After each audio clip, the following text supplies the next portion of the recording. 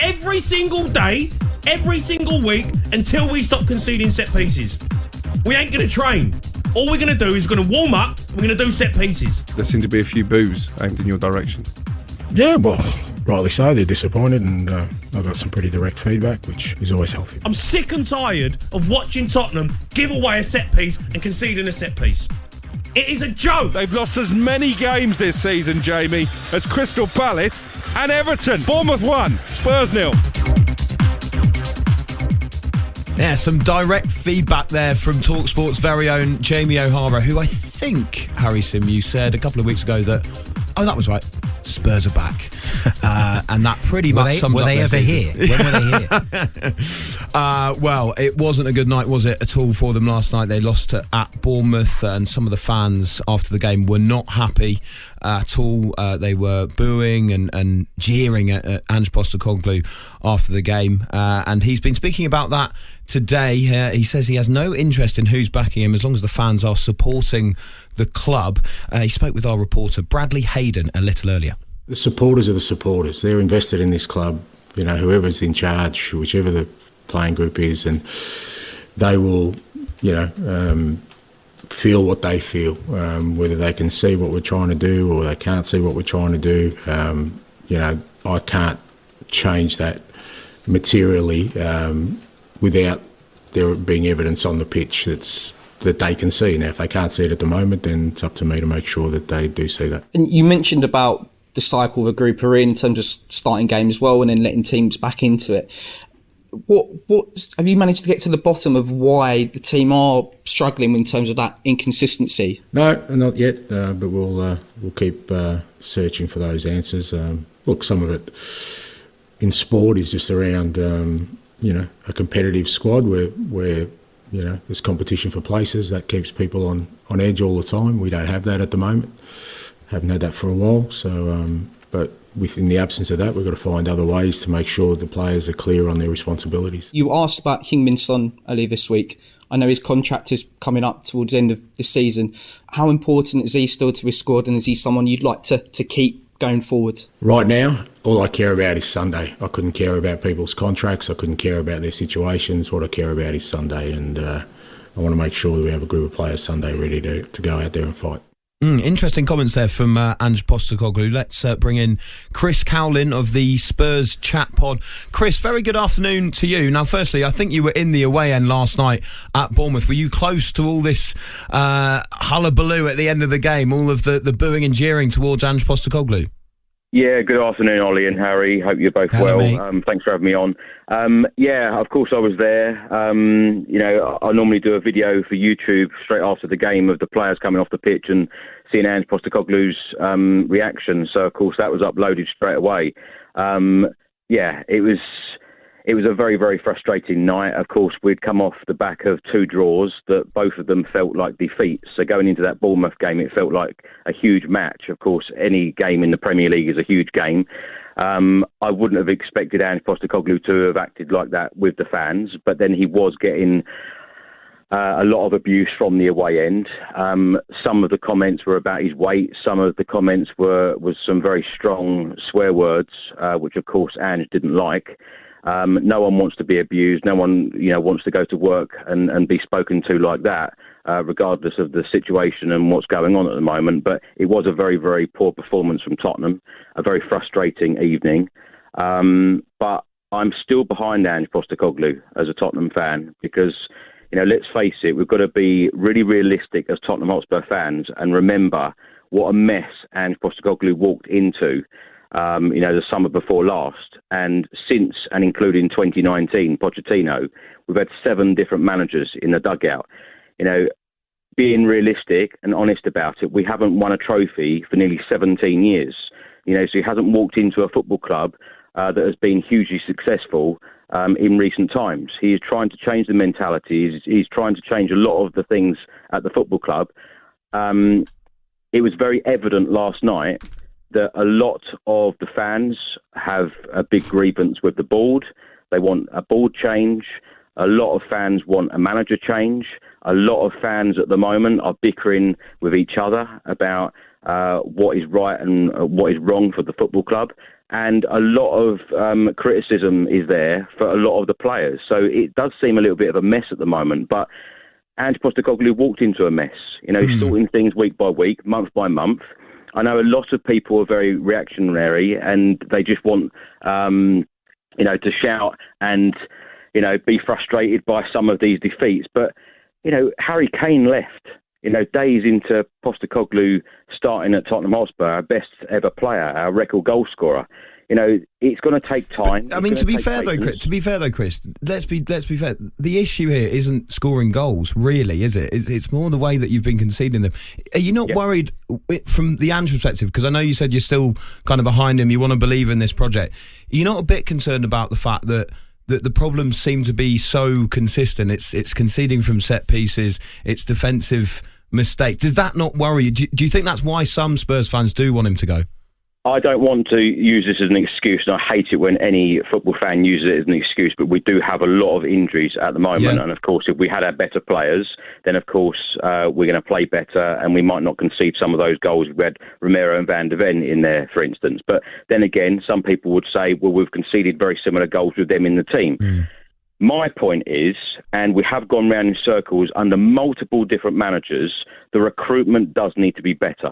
Now, Ange Postecoglou is trying to build for the future. He's brought in a lot of the younger players, but it was very clear and it is very evident to a lot of Spurs fans, and I think this is where everyone will agree, is we needed experienced players, players that have been there, done it, got the T-shirt in the summer, and we brought in a number of younger players.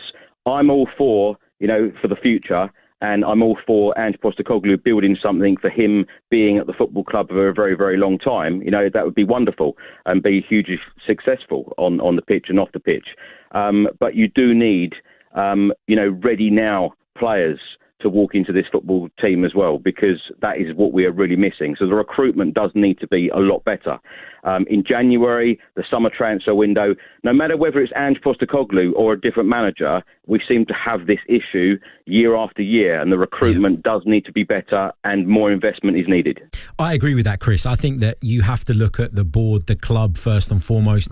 I completely agree with you about the summer transfer business, by the way. It was like, let's try and bring in a load of players that might develop into something that we could then potentially flip, knowing Tottenham. That's how I look at it. But at the same time, I do find Ange Postecoglou sometimes a tad patronising. And if I were a Tottenham fan, I think I'd get wound up by some of the things that he comes out and says. For example, when he says, if the fans can't see what we're trying to do, then there's not much I can do about that. Well, what we can all see is a side that, yes, love going forward, love playing this free-flowing, attacking brand of football, but takes zero pride in the way that they defend.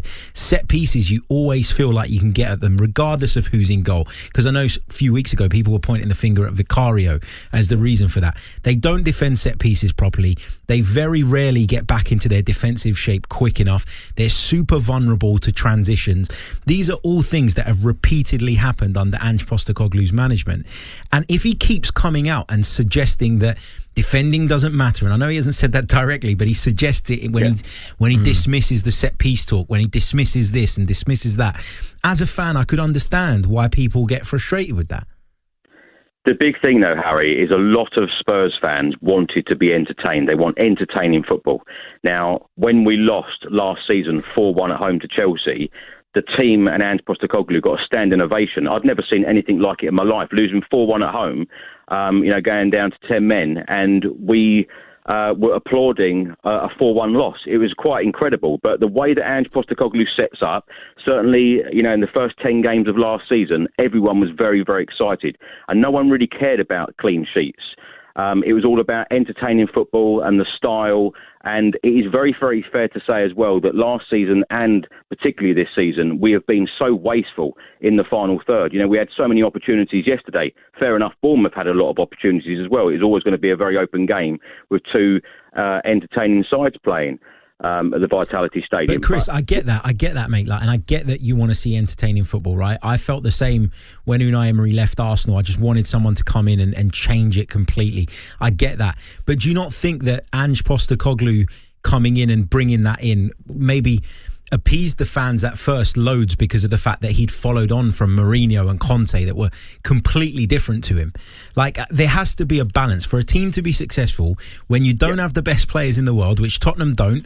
You know, let's be honest about that. We've just been talking about their recruitment. Balance is so important. It's so key. And Ange Postecoglou just seems to really struggle with that. Maybe not because he's incompetent, but because he doesn't want to compromise on these principles that he's repeatedly told us he's going to stick to no matter what. I just think it's all counterproductive. I just don't get it. I think there are a few tweaks to be had, Harry, if I'm completely honest. But I think that with Ange Postecoglou's style of play, we have seen it work, definitely against the best teams. We seem to be struggling against the teams in the bottom half of the table. Ipswich, for example. Can I just ask you quickly, actually, Chris, just on that? It felt a bit strange to me that last night, because Bournemouth, they're a good side. They've managed to beat Man City and Arsenal at the Vitality this season. They've beaten Spurs.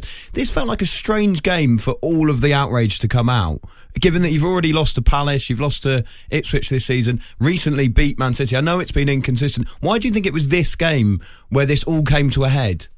Oh, it's been brewing. It's been brewing. When you look at our record, we've won 6, we've lost 6, we've drawn 2. Yeah. Like you've just said, inconsistent. You don't know what you're getting with Tottenham. Some weeks you could win 4-0, some weeks you could lose 4-0. And when you're losing to teams like, no disrespect to these teams, Ipswich, Crystal Palace, Bournemouth, Brighton. If Spurs want to be a top 4 club and aim to be a Champions League club again, that we have been so often in recent years, then it needs to be better. The recruitment does need to be better as well. But I just think at the moment we are not where some Spurs fans want us to be. And I think that some Spurs fans think that, we are in a lot better position than we are. We're still going for a rebuild. And a lot of people hate the terms of, time and patience, because a lot of people are very frustrated with the time and patience with the board, not, investing, huge amounts of money, what Spurs fans want them to do. Of course, they have spent a lot of money. Ange Postecoglou has had a lot of money, but he does need a lot more. And when you're trying to keep up with the other teams in the top 4, you need to just keep spending. And it needs to be the right recruitment as well, because I'm not one of these fans who just go say, spend the money, because we had Giovanni Lo Celso, Tongi and Ndombele. There's £100 million, and we didn't get much output from either of those two. That's very true. Well, Chris, I hope you enjoy the win over Chelsea this Sunday, because of course that will be the result, won't it? But Chris, thank you very much indeed for your time there.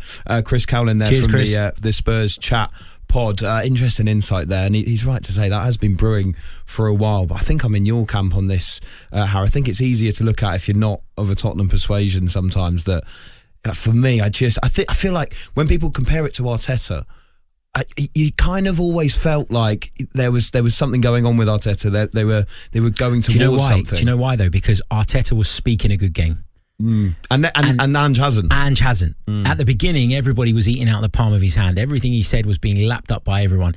The truth is, actually, he comes across as quite arrogant. He's very dismissive of criticism. He says, I don't mind it, and they're entitled to feel that way. But then he goes and confronts them. Yeah. So he says one thing and does another thing, and that's the problem. Yeah, it is a big problem for them to solve. And you grinned throughout that whole little bit there, Harry. Don't know what you're talking about, mate. I think especially when he said they hadn't won a trophy in 17 years, you really enjoyed that. I did have a little chuckle, yeah. Because I always win things in Mr. Can you?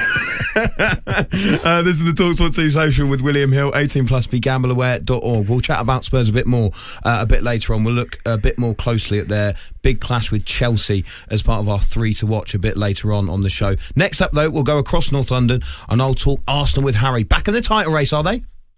The Social on talkSPORT2.